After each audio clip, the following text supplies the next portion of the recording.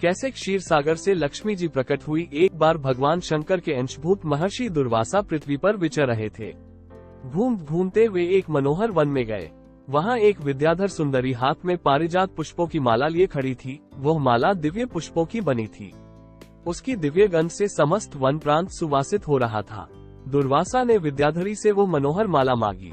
विद्याधरी ने उन्हें आदर पूर्वक प्रणाम करके वह माला दे दी।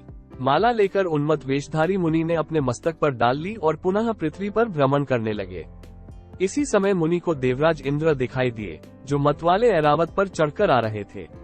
उनके साथ बहुत से देवता भी थे। मुनि ने अपने मस्तक पर पड़ी माला उतारकर हाथ में ले ली। उसके ऊपर भौरे गुंजार कर रहे थे। जब देवराज समीप आए तो दुर्वासा ने पागलों की तरह वह माला उनके ऊपर फेंक दी। देवराज ने उसे ऐरावत के मस्तक पर डाल दिया। ऐरावत ने उसकी तीव्र गंध से आकर्षित हो सूंड से माला उतार ली और सूंघकर पृथ्वी पर फेंक दी। ये देख दुर्वासा क्रोध से जल उठे और देवराज इंद्र से इस प्रकार बोले, अरे ओ इंद्र, ऐश्वर्य के घमंड से तेरा हृदय दूषित हो गया है।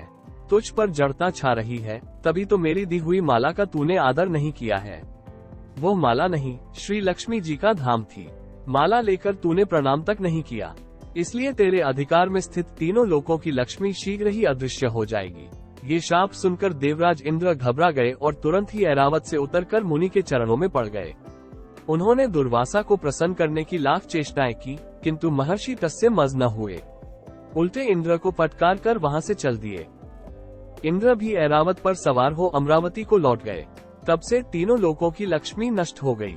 इस प्रकार त्रिलोकी के श्रीहीन एवं सत्वरहित हो जाने पर दानवों ने देवताओं पर चढ़ाई कर दी। देवताओं में अब उत्साह कहाँ रह गया था। सबने हार मान ली। फिर सभी देवता ब्रह्मा जी की शरण में गए। ब्रह्मा जी ने उन्हें भगवान विष्णु की शरण में जाने की सलाह दी तथा सबके साथ वे स्वयं भी क्षीरसागर के उत्तर तट पर गए। वहां पहुंचकर ब्रह्मा आदि देवताओं ने बड़ी भक्ति से भगवान विष्णु का स्तवन किया। भगवान प्रसन्न होकर देवताओं के सम्मुख प्रकट हुए। उनका अनुपम तेजस्वी मंगलमय विग्रह देखकर देवताओं ने पुनः स्तवन किया। तत्पश्चात भगवान ने उन्हें क्षीरसागर को मथने की सलाह दी और कहा, इससे अमृत प्रकट होगा। उसके पान करने से तुम सब लोग अजर अमर हो जाओगे, किंतु ये कार्य है बहुत दुष्कर, अतः तुम्हें दैत्यों को भी अपना साथी बना लेना चाहिए। मैं तो तुम्हारी सहायता करूंगा ही। भगवान की आज्ञा पाकर देवगण दैत्यों से संधि करके अमृत प्राप्ति के लिए प्रयास करने लगे। वे भांति भांति की औषधियां लाए और उन्हें क्षीरसागर में छोड़ दिया। फिर मंद्राचल पर्वत को मथानी और वासुकी नागराज को नेति रस्सी बनाकर बड़े वेग से समुद्र मंथन का कार्य आरंभ किया। भगवान ने वासुकी की पूंछ की ओर देवताओं को और मुख की ओर दैत्यों को लगाया। मंथन करते समय वासुकी की निश्वासाग्नि से झुलसकर सभी दैत्य निस्तेज हो गए और उसी निश्वास वायु से विक्षिप्त होकर बादल वासुकी की पूंछ की ओर बरसते थे, जिससे देवताओं की शक्ति बढ़ती गई। भक्त वत्सल भगवान विष्णु स्वयं कच्छप रूप धारण कर क्षीरसागर में घूमते हुए मंद्राचल के आधार बने हुए थे। वे ही एक रूप से देवताओं में और एक रूप से दैत्यों में मिलकर नागराज को खींचने में भी सहायता देते थे तथा एक अन्य विशाल रूप से, जो देवताओं और दैत्यों को दिखाई नहीं देता था, उन्होंने मंद्राचल को ऊपर से दबा रखा था।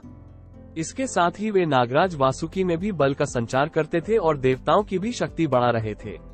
इस प्रकार मंथन करने पर क्षीरसागर से क्रमशः कामधेनु, वारुणी देवी, कल्पवृक्ष और अप्सराएं प्रकट हुई। इसके बाद चंद्रमा निकले, जिन्हें महादेव जी ने मस्तक पर धारण किया। फिर विष प्रकट हुआ, जिसे नागों ने चाट लिया। तदनंतर अमृत का कलश हाथ में लिए धन्वंतरी का प्रादुर्भाव हुआ। इससे देवताओं और दानवों को भी बड़ी प्रसन्नता हुई। सबके अंत में क्षीर समुद्र से भगवती लक्ष्मी देवी प्रकट हुई। वे खिले हुए कमल के आसन पर विराजमान थी। उनके अंगों की दिव्य कांति सब ओर प्रकाशित हो रही थी। उनके हाथ में कमल शोभा पा रहा था। उनका दर्शन कर देवता और महर्षिगण प्रसन्न हो गए।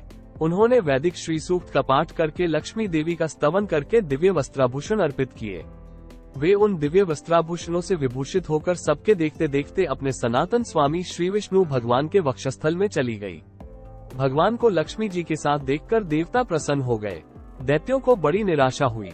उन्होंने धन्वंतरी के हाथ से अमृत का कलश छीन लिया, किंतु भगवान ने मोहिनी स्त्री के रूप से उन्हें अपनी माया द्वारा मोहित करके सारा अमृत देवताओं को ही पिला दिया। श्री लक्ष्मी जी ने बड़ी विनय और भक्ति के साथ देवताओं को मनोवांछित वरदान दिया। राधे राधे।